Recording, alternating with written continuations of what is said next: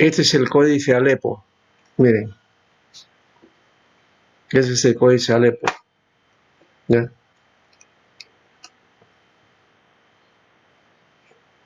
Lo tengo así. Es un texto bastante antiguo, fíjense, ¿ve? ¿Ya? Es una trabajo del texto Alepo eh, que posiblemente esté en pergamino, no está en rollo, en forma de rollo. ¿Ya? Pero ahí está el libro. Ese es uno de los libros más importantes dentro del... Es un códice. Aquí está el códice petropolitano. Voy a hacer eso también y voy a mostrarles también el códice de Leningrado.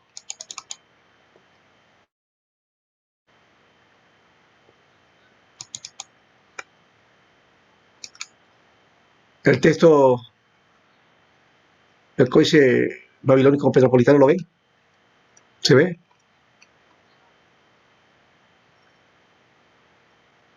¿Me escuchan? Sí, yo lo escucho. Sí se ve, Sí, pastor. pastor, lo escuchamos. Ya, no, lo que están viendo es el texto Alepo, creo, pero este de aquí, vamos a ver cuál ha salido. Este es el texto, acá está. Este es el texto, y lo voy a bajar mejor, voy a poner acá así.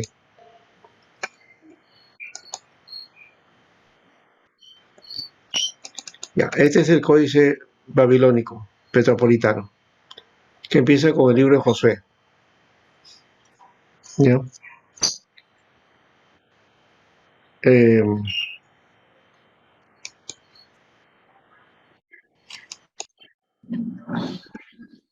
Ahí está el texto, ¿no? Ya.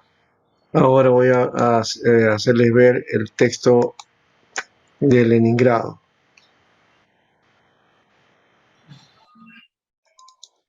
Este es el texto de Leningrado. ¿Ya? Y aquí está, este debe ser el Bereshit. Debe ser este. Empieza con, a ver, no, estas son las, bueno, esta es la forma que aparece el texto, ¿no? Al revés, parece que estuvieran pastor. No, ese es, Así es. la letra está correcta, sí, así es. Ah, Es el texto hebreo. Cuando les toque el texto acá está, ¿ves? Este es Génesis, acá empieza Génesis.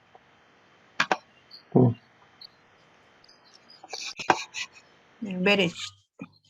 Sí, Bereshit está al lado derecho.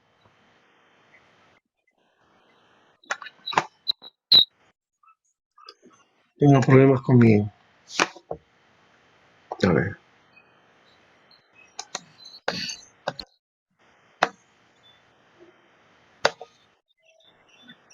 Ya. Ya, acá está el Bereshit. Bereshit bara Elohim. Ese es el inicio de Génesis. ¿Lo han visto? En la parte que he marcado. Bueno, entonces tenemos ahí el texto de José en un costado. Y en base a eso puedo ahora sí enseñarles la Biblia. A ver cuál de esta es. Aunque hace poco he bajado toda la Biblia Estuartensia, que está basada en el texto de Leningrado, y está completa. Esta es. Pero no, este no es. Este no es. Voy a separar ese, porque ese no era.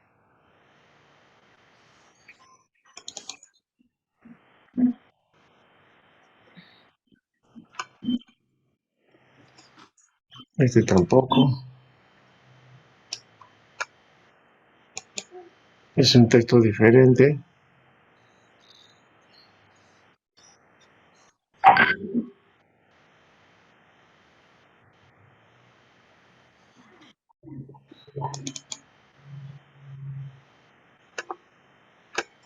Este también es otro texto, pero no es, no está marcado con. Cuando se habla de Masora, se habla del texto que corresponde a,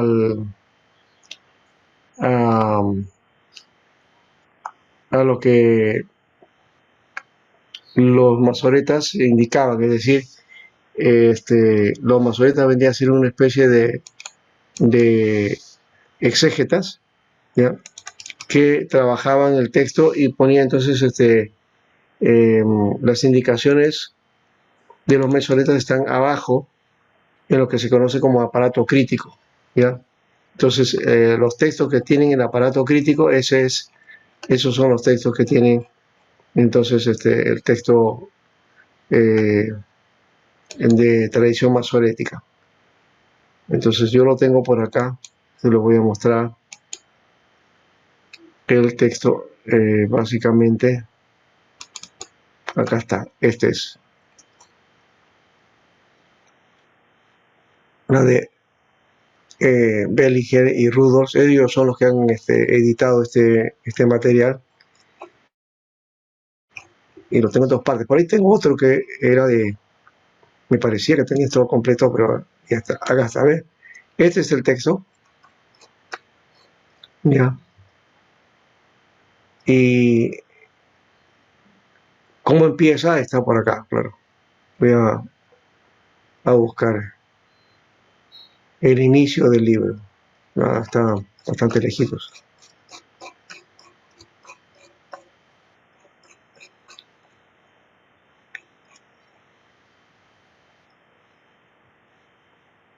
Estamos en el 24 ya, capítulo 24. Vamos arriba, el 11. Ya, por aquí está. Este es el texto del inicio de Génesis, Bereshit. Es lo que van a tener que aprender en su momento. Este es el texto del hebreo para poder manejar entonces el criterio ustedes, ¿no? Acá está. Bereshit bara Elohim Hashamayim Be'echaretz. Ese es el Génesis 1. Génesis capítulo 1, versículo 1. Esto que está abajo, esto de aquí, eso se llama aparato crítico. Aquí ponen los masoretas las indicaciones de por qué han puesto el texto y en dónde está, de dónde viene y cuál es la tradición del texto cómo aparece en otros lugares, ¿no? Entonces, todas estas indicaciones hay que aprenderlas. Y acá tiene al costado lo que se llama la masora parva y la masora, no sé si es gadol, creo que así, algo es. La pequeña masora y la gran masora, ¿no? A los lados, a los costados está entonces ahí hay unas indicaciones, ¿no? Para hacer la lectura del texto. ¿Sí? Bueno, ese es más o menos el material que tenemos y en algún momento ojalá que Julián lo pueda compartir también, porque no es fácil tener este material. Ajá.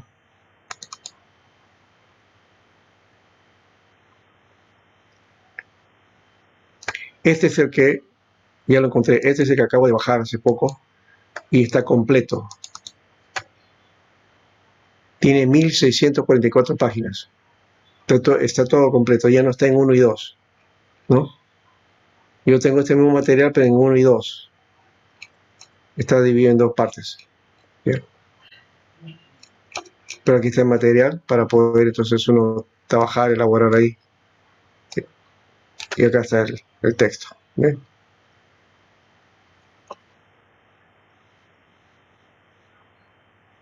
Está exacto como lo tengo en el libro también. Yo tengo el libro físico. ¿Ya?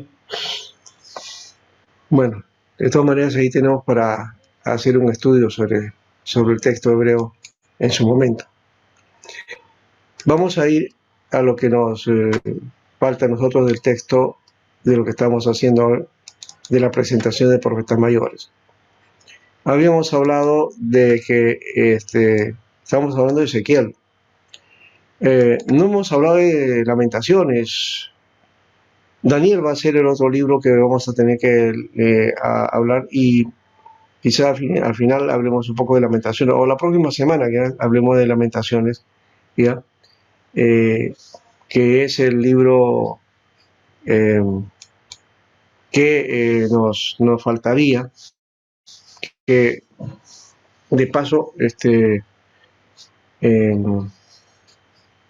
ese libro de Lamentaciones en realidad se llama el Cogelec, ¿no? El libro del predicador, Cogelec, ¿ya? Y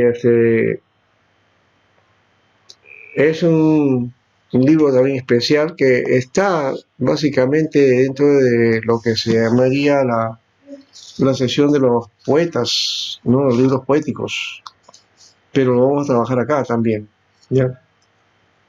Porque está dentro del material, ¿ya? En todo caso, termina Jeremías y viene Lamentaciones, ¿no? Y Lamentaciones también es un libro que habla acerca de la destrucción de este pueblo, toda una angustia, pero también la esperanza de la liberación y la misericordia de Dios, ¿no? Y habla de la tristeza de la cautividad. Eso lo vamos a ver entonces de forma especial, porque el tema lo amerita, es el tema que tienen los profetas también aquí, ¿no? Entonces es necesario trabajarlo también de ese modo, ¿ya? Y así completaríamos toda esta parte que es tan importante, ¿no? Son poemas, ¿no? De lamentos, ¿no? De la conquista de destrucción de la ciudad de Jerusalén por parte de los babilonios. Entonces, está dentro de ese contexto de lo que estamos haciendo nosotros como trabajo, ¿no? Entonces, sí, vamos a mirarlo entonces después con mayor cuidado ese material, porque la verdad que se necesita ese trabajo ahí, ¿no? Estamos viendo algo más aquí antes de seguir con Ezequiel. Ya, ya. Me estoy confundiendo. El libro de Eclesiastés es el libro de Cogelec, el Cogelec, ¿ya? Así que hay que corregir. Cogelec es el nombre hebreo del libro de Eclesiastés, ¿no? Y Lamentaciones tiene otra connotación, ¿no? Entonces, sí es todo ese lamento por la destrucción de Jerusalén y de la cautividad, pues, del pueblo. Eso fue una cosa tremenda para ellos, ¿no? ¿No? Una, una situación bastante difícil para el pueblo, entendiendo que han tenido pues su momento, su tiempo, y ese orgullo que tenía la nación, pues ahora ha sido destruida, ¿no? De esa perspectiva estamos viendo nosotros también con respecto al pueblo, ¿no? A la situación que estaba viviendo y que los hace ver el pecado que habían ellos cometido delante de Dios, ¿no? En las fallas que tuvieron para con Dios. Antes de eso, estoy viendo, quiero también a ver si lo encuentro. En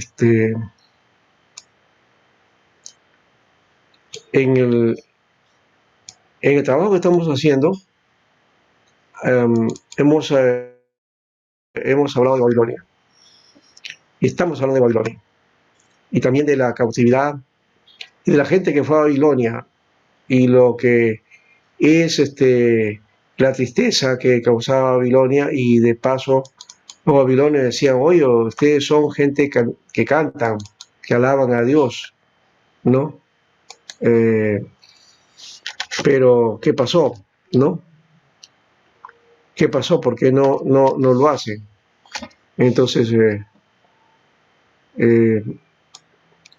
eso, esa tristeza que les producía, y también saber que la tierra estaba destruida, ¿no? Los llevaba entonces a, a, este, a ese lamento, ¿no? ¿Sí?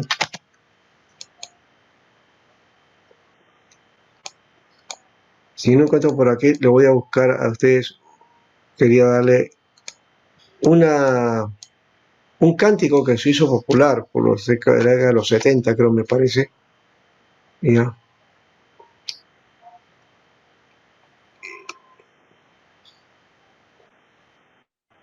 Y que de seguro está por acá. Vamos a buscar, a lo mejor lo voy a buscar en YouTube, ¿no?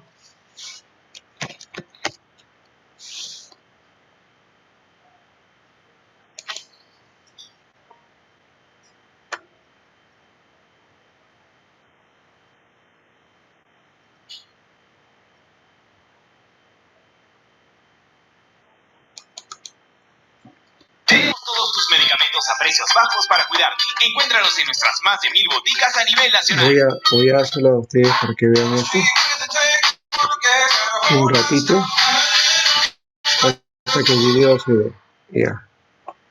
Ahora sí.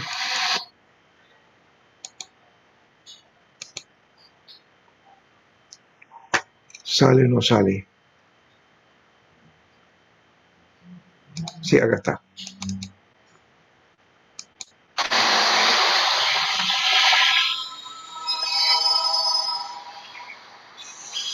Este es un cántico que cuenta la historia de la gente en el cautiverio.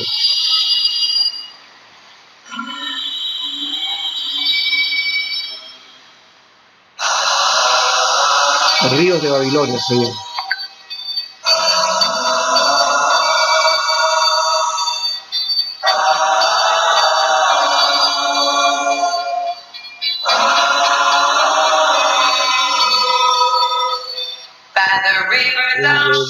Babylon, the ravens come,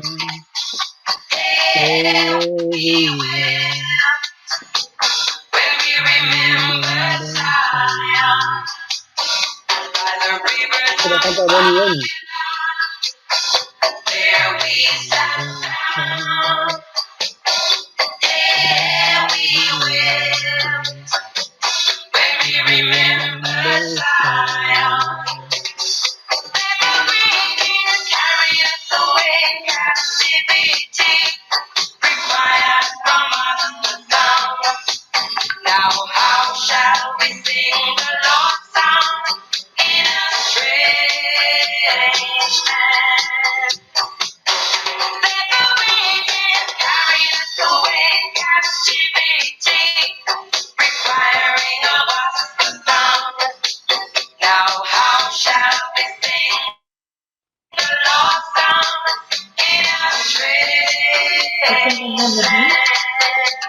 Son estudiantes.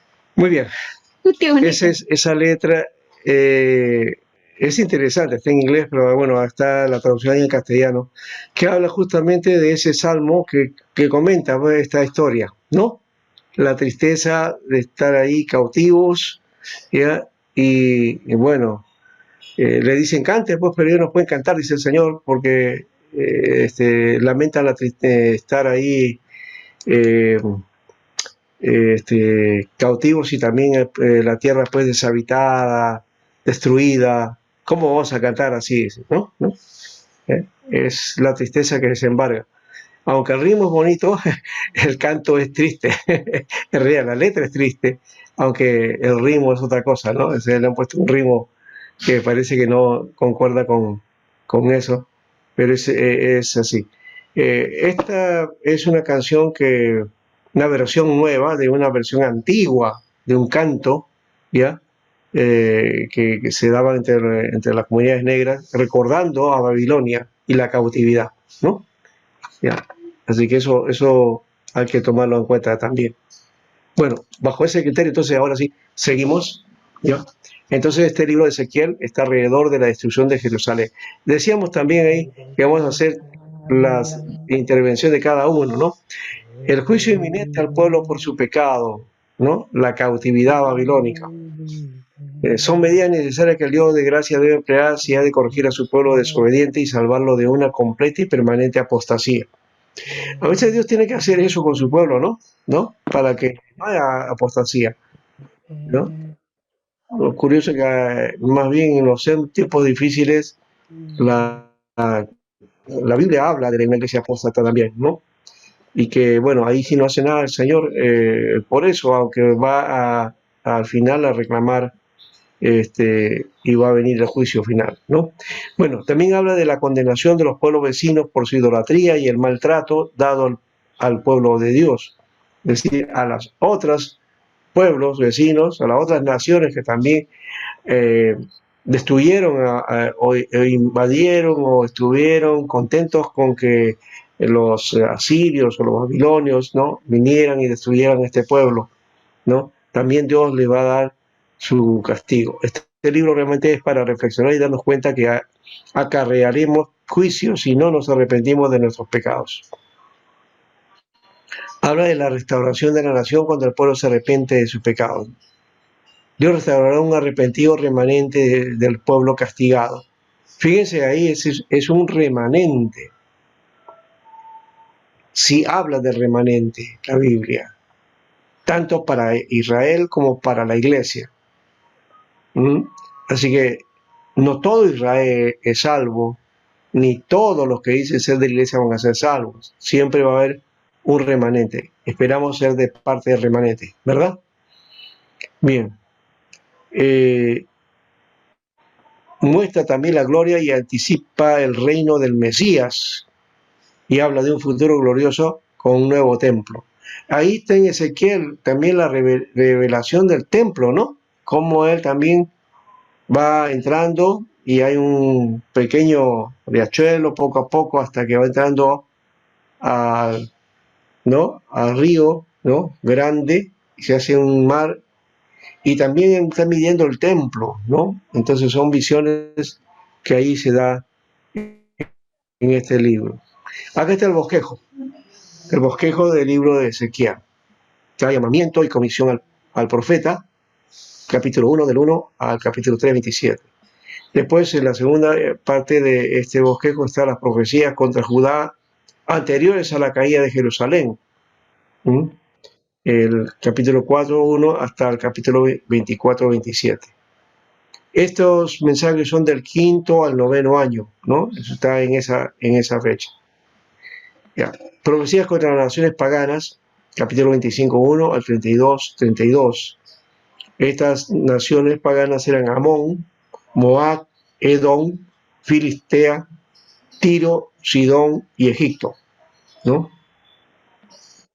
Luego viene la profecía de reconstrucción y restauración después de la caída, 33.1 y 33.29, ¿no? Es la etapa de preparación para el nuevo reino y es para la venida. También el nuevo templo, 41 al 48.35, esa es una visión que tiene Isaías. Y luego el reino final y el templo futuro, ¿no? El templo futuro. Este es un mapa que más o menos del imperio persa, ¿no? Y que nos marca más o menos la etapa de lo que relata el libro de Ezequiel, ¿no? Entonces, aquí está, vamos a ver, Persia está aquí, ¿no? Babilonia está por acá, ¿no? Media está por aquí, Asiria está un poco más al norte, ¿no? Entonces, esta Asiria es la que invade este lugar, ¿no? Que es el reino del norte, Israel, y la destruye, ¿no? Ya hace desaparecer a las 10 tribus.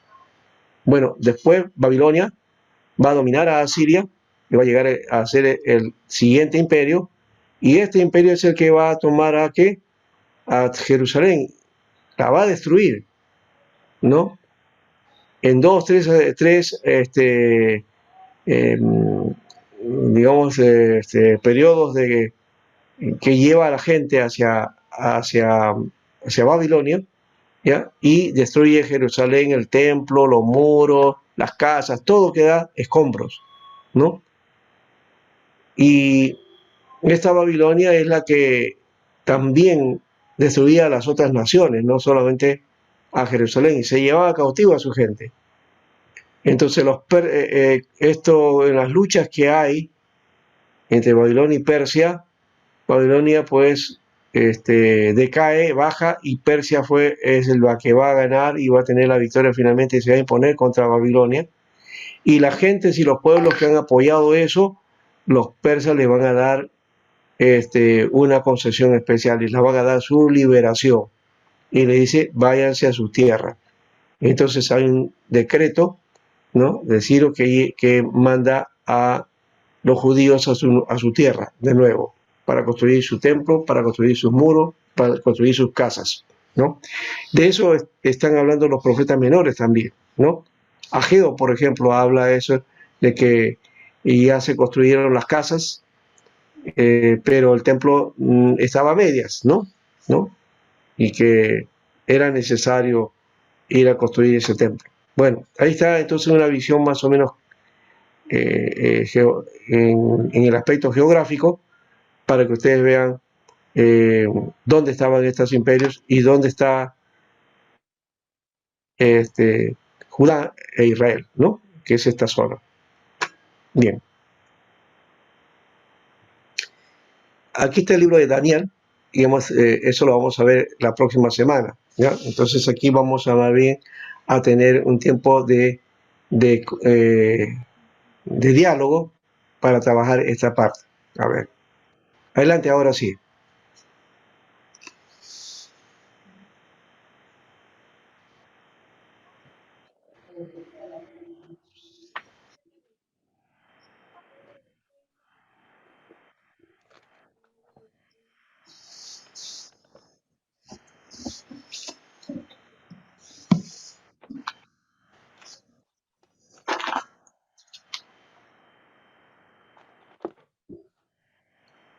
¿Quién va a ser el primero?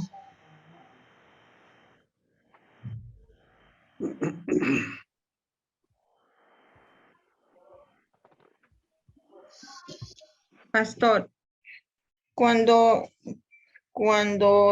Dios se manifiesta a través de la visión a Ezequiel, primero lo convierte en mudo, pastor, al momento de estar yendo cautivos.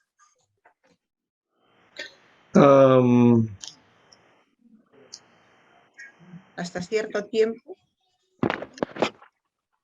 Que no hable él. Ajá.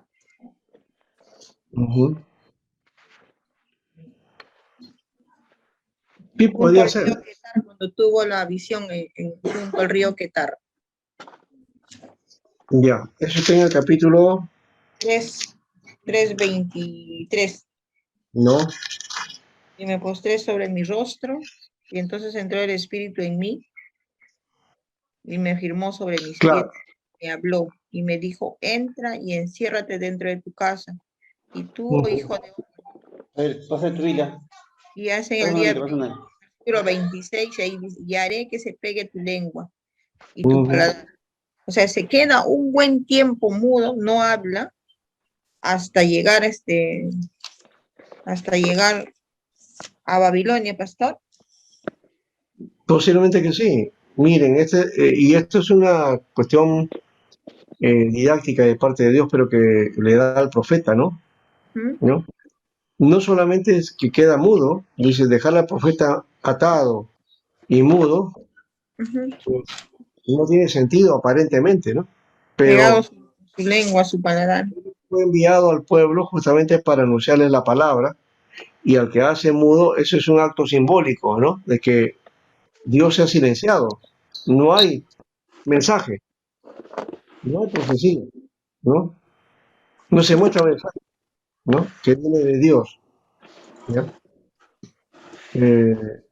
Pero también a la vez muestra que el mensaje de Ezequiel era un mensaje que venía de Dios y no de él mismo, ¿no? Eso creo que es importante también de notarlo, ¿no? Este libro es un libro de paso de muchas visiones también, ¿no? Esa visión, hay varias visiones, hay varias cosas, y esta ejemplificación, esta ilustración nos muestra el hecho de cómo Dios también, entonces cuando Él quiere va a hacer hablar, cuando no, pues no va a hablar, simplemente, ¿no? Y aunque quiere el pueblo palabra, no va a suceder eso, ¿no? No va a salir, ¿no? Y él esperaba prácticamente que Sí. nuevamente le diga al Señor, habla cuando, y él ahí recién hablaba. Exacto. ¿Ya? Así es. Y dice ahí, podrás sentir tus cuerdas, o sea que lo va a atar, ¿no? Y serás mudo y no serás a ellos varón que reprenda porque son casa rebelde.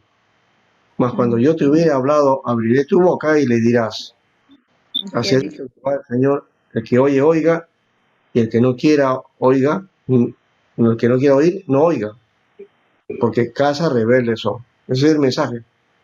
Como son rebeldes, entonces ya no le voy a decir nada a ustedes, ¿no? No voy a decir nada.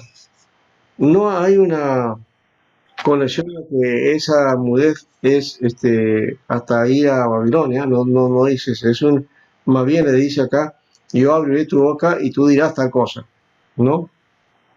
¿no? Por ese lado está el asunto, ¿no?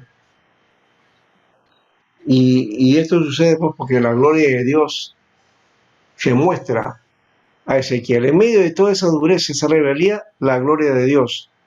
Qué tremenda experiencia, ¿no? Y no sé si esa experiencia lo dejó mudo, pero se quedó mudo, simplemente. Ya no pudo decir nada.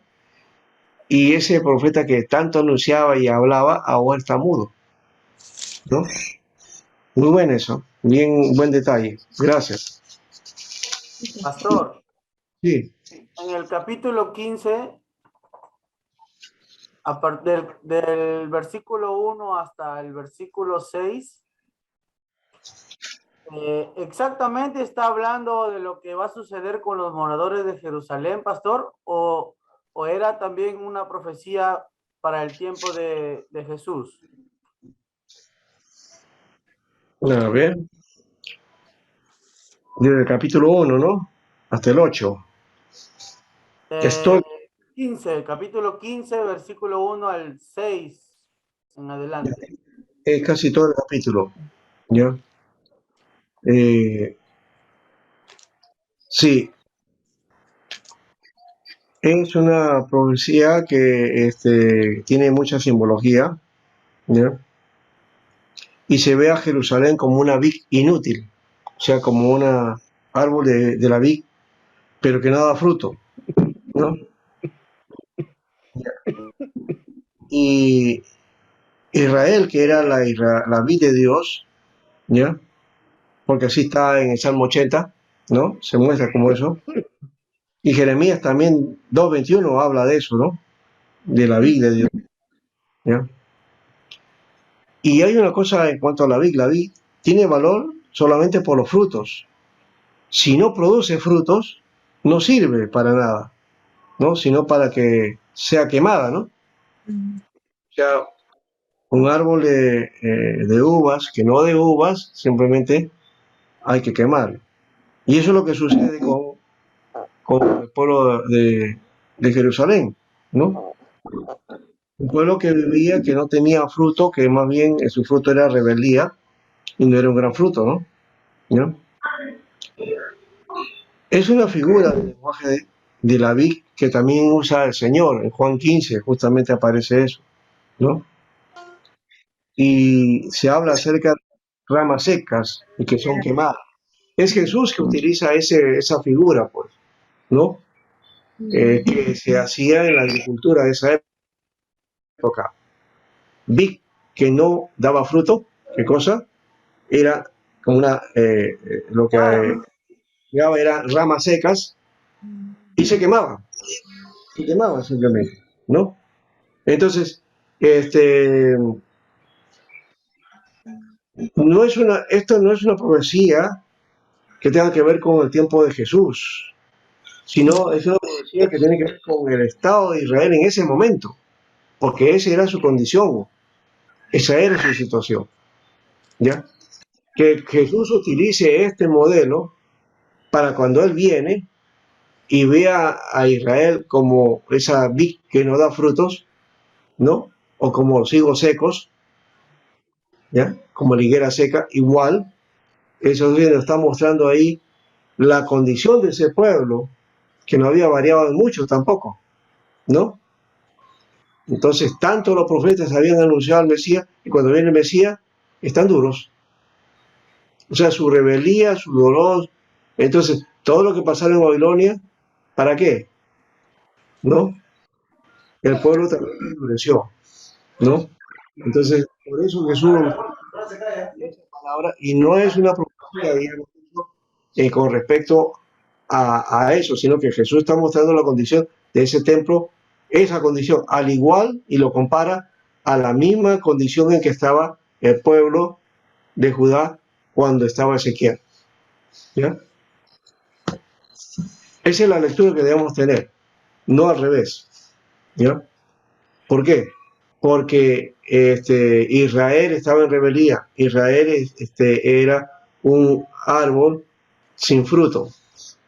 ¿Ya?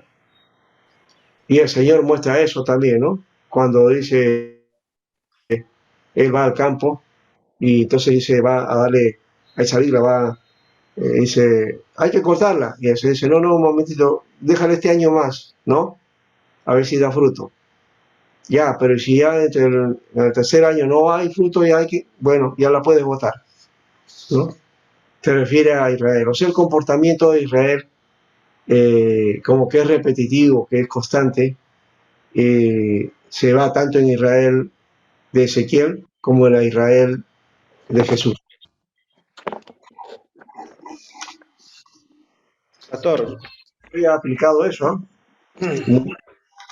¿Qué más? Pastor. Sí. Pastor Sánchez, buenas noches. ¿Cómo está? Le saludo, hermano César.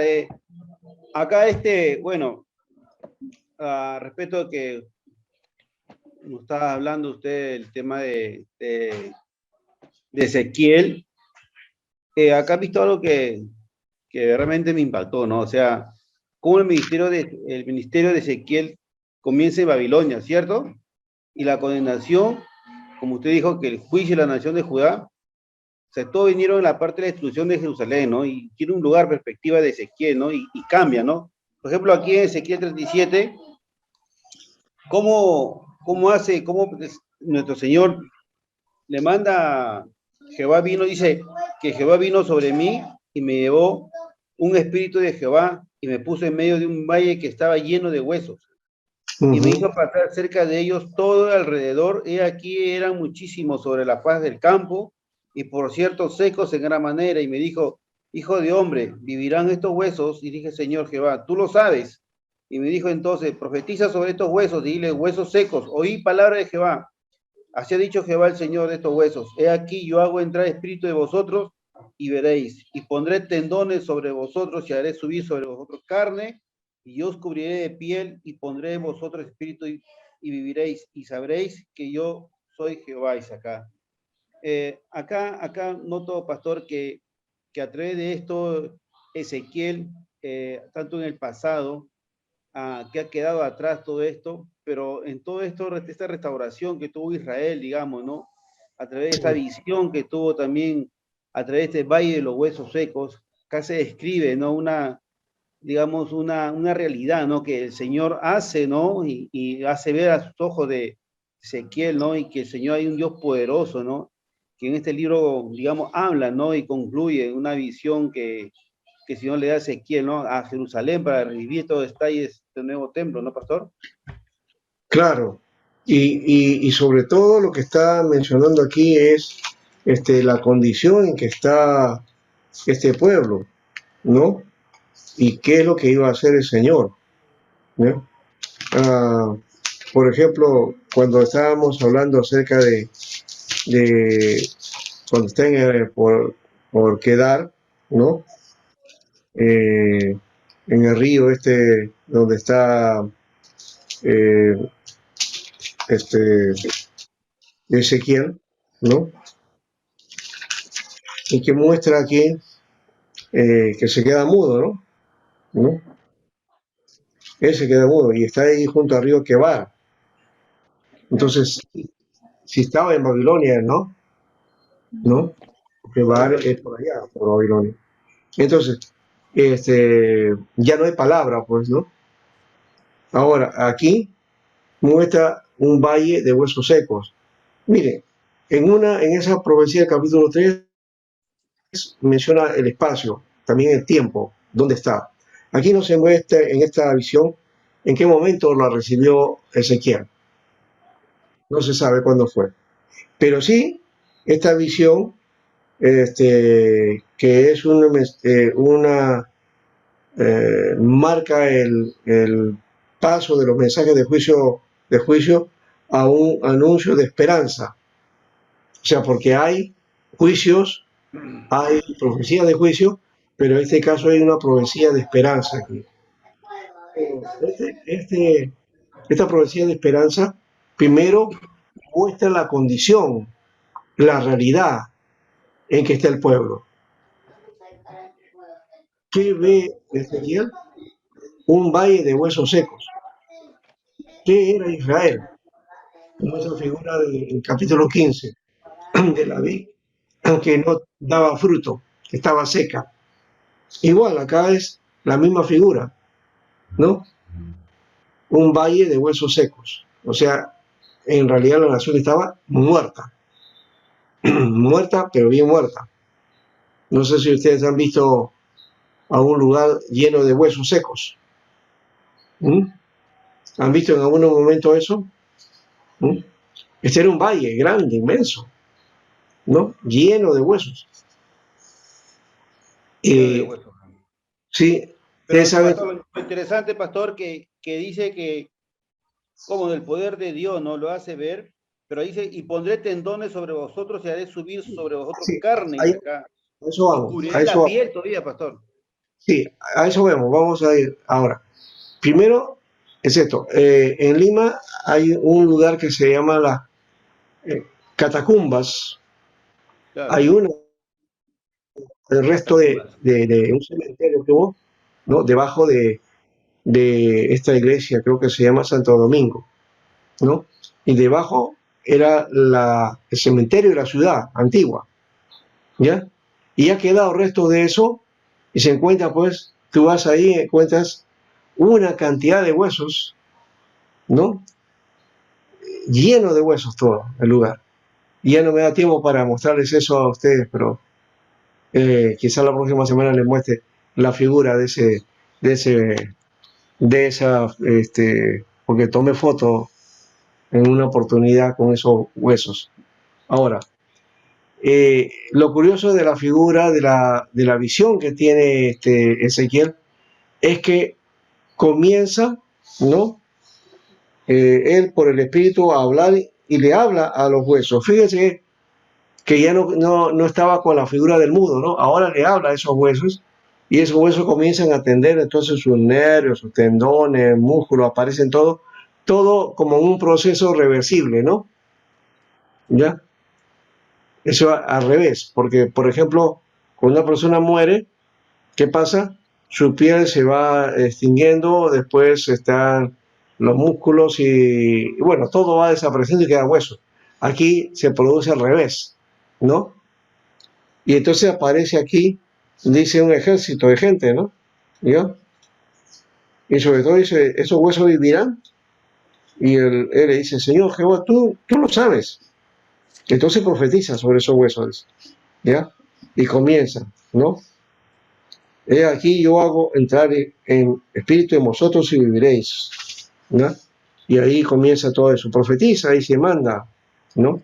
Y yo profeticé, hubo un temblor y y los huesos, y cada uno de los huesos se juntaron, cada hueso con su hueso, y en los tendones sobre ellos, y la carne subió, y la piel cubrió, y ya no habían ellos, pero no había espíritu, o sea, eran como una especie de mutantes, ¿no? ¿No? Estaban ahí, pero nada más. Entonces, bendice Dios a Ezequiel. Entonces, todos esos huesos son la casa de Israel. Nuestros huesos se secaron y pereció nuestra esperanza, y somos de todo destruidos. Por tanto, profetiza y diles, así ha dicho Jehová el Señor, ¿no? ¿Ya? Y claro, ahí estaba ese ejército en extremo, dice, ¿no? ¿Ya? Y el 9, versículo 9, porque Sí, dice acá, el versículo 9 dice, y di al Espíritu, y así ha dicho Jehová, el Señor, Espíritu, ven de los cuatro de los vientos. cuatro vientos y sopla sobre estos muertos y vivirán. Sí, porque estaban ahí en pie, pero no tenían vida. Y en Pero el dice, soplo mandó a que esa cantidad de gente ahora pudiera tener vida de nuevo. Y acá dice, dice, por y eso que era, sopla, pastor, dice, y sopla sobre estos, ¿cierto? Sobre estos muertos y vivirán. O sea, es como que yo pienso, puedo notar, digamos, corrígeme si me equivoco, pastor, cuando Jesús hizo al hombre, dice, con un soplido vivió el hombre, resucitó, ¿no? claro, Hizo vivir. Entonces, algo así, digamos, que se sí, puede igualar. claro, porque el soplo de Dios da vida, pues, Exacto. es el soplo de vida, les vuelve a dar vida, Le vuelve a ¿ya? dar vida, claro. ¿Ya? Entonces, eso no es nada extraño para Dios. Si si dio vida a un muñeco de barro, ¿no? Porque fue un muñeco de barro primero, lo sacó del polvo de la tierra. Entonces, ¿por qué no podía hacer eso también de dar vida a toda esa gente que le faltaba el espíritu, ¿no? Que le faltaba la vida, ¿no? Y en la visión les da vida, pues, ¿no? Les da vida, ¿ya? Pero Dios le enseña ahí que esos huesos secos eran Israel, ¿no? ¿Ya? Pero que no se van a quedar ahí. Dios le va a dar vida Va a vivir de nuevo. y van a vivir de nuevo. Entonces, eso está hablando de la vuelta a la cautividad. Israel destruida, desamparada, muerta, pues ahora vuelven y van a tener una restauración y una nueva ciudad, ¿no? ¿Ya? Pastor, Sí, pastor, estaba analizando el Ezequiel 24:15. Ezequiel pertenecía a la familia de sacerdotes, también era un sacerdote, ¿no es cierto? Y de estaba familia viendo que, sacerdotal. sí, él era casado, ¿no, pastor? Y dice este versículo Bueno, el 24:15 texto no que, dice exactamente que era casado, más ya, bien parece que no se casó nunca, y más bien Dios le dijo, no, no tendrás mujer, no tomes mujer, mm, ¿ya? Le dijo, no vas a tomar mujer. Jeremías nunca se casó. ya pasó. ¿Hay algún texto por ahí usted que ha visto eso? Porque no, tengo la información que él nunca se casó. Más bien Dios le dijo, no tomarás una mujer por esposa. Bien. Bueno, habría que buscar el texto porque no lo tengo ahorita acá. Pastor, está No, en perdón, 24:15, no, pastor. perdón, me estoy equivocando. Ese es Jeremías. A Jeremías. Jeremías le dijo eso. Sí, perdón, a Jeremías le dijo que no tenga mujer por esposa. Ezequiel no. En Ezequiel tiene razón. Sí, Sí, puede ser que tenga esposa. Sí, ya, y me corrijo. sí, pastor, este versículo también nos habla de la muerte, ¿no? De la esposa de Ezequiel, que era una advertencia, ¿no? Al pueblo de Dios, Ajá. ¿no? Sí, Eso es sí, lo que sí. está comprendiendo, pastor. Ya, eso está bien. Es el capítulo 24, ¿no? Sí, 24:15. Ya. Sí, me estaba confundiendo con Jeremías. Estaba tan cercano también. Jeremías es el que Dios le dice que no tome mujer, sí. Pero Ezequiel sí. En este caso, como también el caso de Oseas, la mujer va a ser como una ilustración de una enseñanza para el pueblo de Israel, ¿no? Así que la vida de Ezequiel era una señal para Israel, ¿no? Y Dios le anuncia que el profeta va a perder a su esposa, ¿no? A lo que más amaba, para mostrar que el pueblo perdería el templo. Esa figura es, ¿no? Porque es lo que más amaban los israelitas. Y también la ciudad de Jerusalén, que era su orgullo, ¿no? Era el orgullo nacional, ¿no? Entonces el templo y la ciudad la van a perder y van a ir a otro pueblo y van a estar cautivos, ¿no? Y eso es terrible. Para el Pastor, judío, humillación eso. Pastor, ¿Ezequiel siempre predicó solo en Babilonia?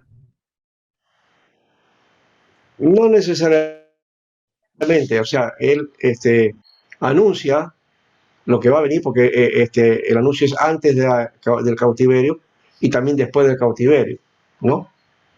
Entonces, ahí hay una cuestión, esto de la pérdida de la esposa tiene que ver entonces con la pérdida de Israel de sus territorios, ¿no? Y de lo que más estaban orgullosos, que era el templo, ¿no?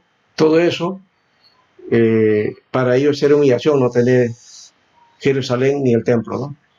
Ahora, eso muestra también cómo Dios va a atacar lo que uno más quiere cuando hay soberbia y hay orgullo y hay rebeldía, ¿no? Y va a destruir aquello que digamos, se antepone ante Dios, ¿no? A eso que le vas a dar más importancia que a Dios, ¿no? Israel se había desviado por completo, ¿no? Entonces se había convertido en una idolatría el templo. Y la ciudad también era una forma de idolatría, Pastor, o ¿no? sea, la muerte de la esposa de Ezequiel fue una advertencia al pueblo de Israel, ¿no, pastor? No solamente una advertencia, una enseñanza del estado espiritual en que estaba Israel. Eso es. Es la misma figura de Oseas también. Oseas cuando se casa con una mujer que después le es infiel. Y ese acto de la mujer de Oseas, Dios lo enrostra y le dice, así es Israel conmigo, la infiel que se ha ido tras sus amantes, ¿no? Entonces, esa figura muy parecida aquí en el caso de Ezequiel, ¿no? Con su esposa. Le es triste para el hombre, pero tiene que aceptar eso porque lo que está dando a conocer es un acto pedagógico, una enseñanza ilustrativa con la vida misma de Ezequiel, penosamente, ¿no? Porque Ezequiel era un hombre fiel, ¿no? A diferencia de Israel, que era infiel, ¿no?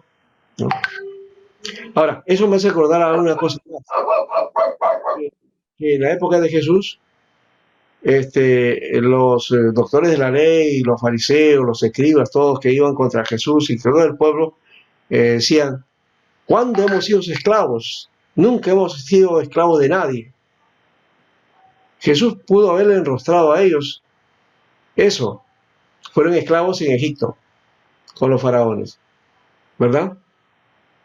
Después fueron destruidos por los asirios y los babilonios también los llevaron cautivos, que no exactamente como esclavos, pero algo parecido como eso, ¿no? Ya estaban cautivos.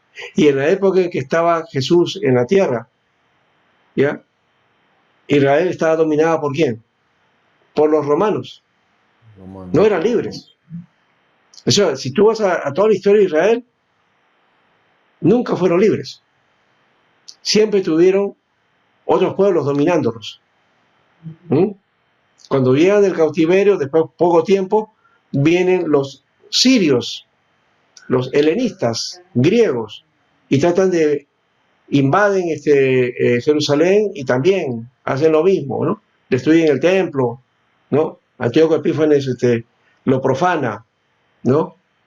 y viene todo un momento difícil, claro, ahí ellos se levantan y luchan, ¿no? Para liberarse de esos helenistas sirios, ¿ya?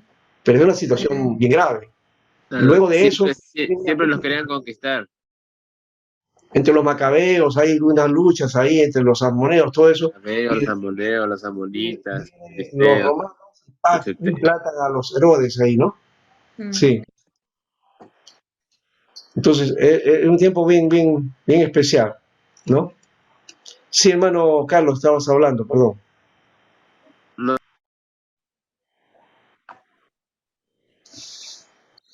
Tu audio, hermano. Audio, Carlín. Ah, perdón. No, digo que siempre Israel siempre nos han querido conquistar siempre, ¿no? Desde los filisteos, los moabitas. No han querido conquistar, porque bueno, en la época de las naciones, cuando llegan a Canaán, bueno, los tenían como enemigos, ¿ya? Y ellos tenían que luchar para poder tener esas tierras, ya. Pero cautiverio, la destrucción, el dominio romano, todo eso ya es otra historia, ¿no? Y eso pertenece al espacio de la condición en que estaba el pueblo, ¿no? Dios entonces le establece algo así y lo da como elección, ¿no?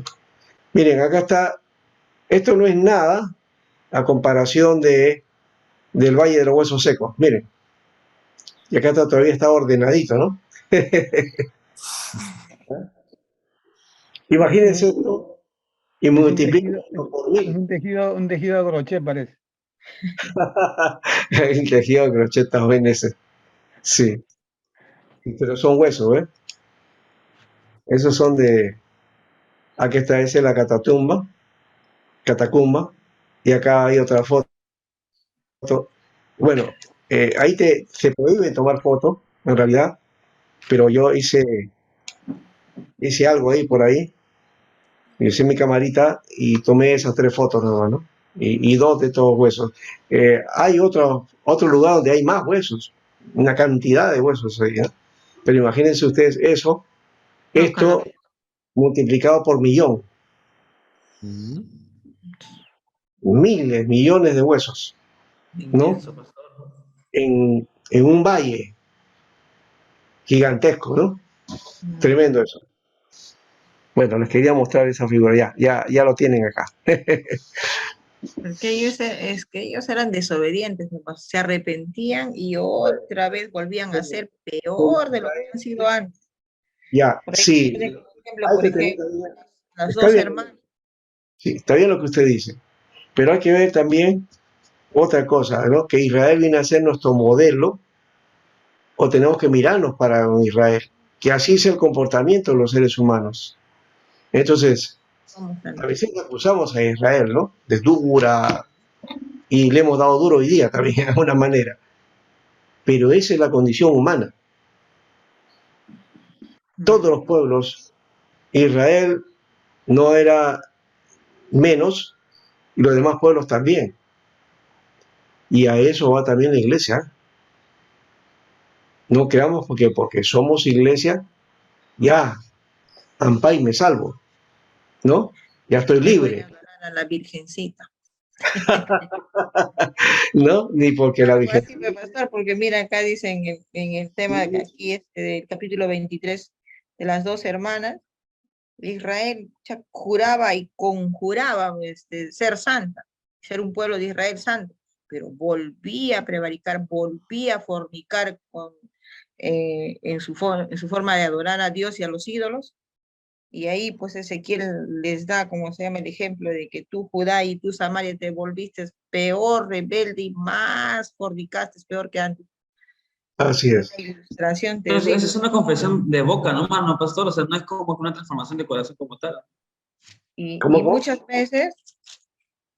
veces, pastor, al momento de armar el bosquejo de nuestras prédicas, utilizamos estas palabras y pues que no debería de ser así, ¿no? Claro. Por ejemplo, aquí en el capítulo, muchas veces agarramos para las prédicas donde hacíamos comparación de cómo nos comportamos como madres y que tal hija, tal madre es igual, o tu hija va a salir igual que una madre.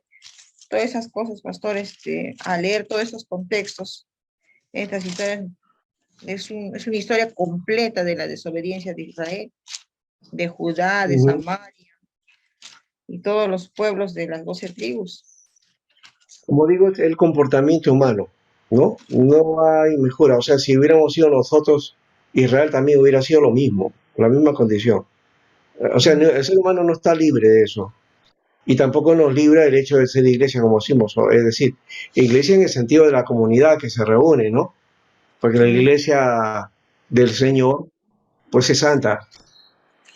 Nosotros idealizamos esa iglesia y todos creemos que somos de ahí, pero también creemos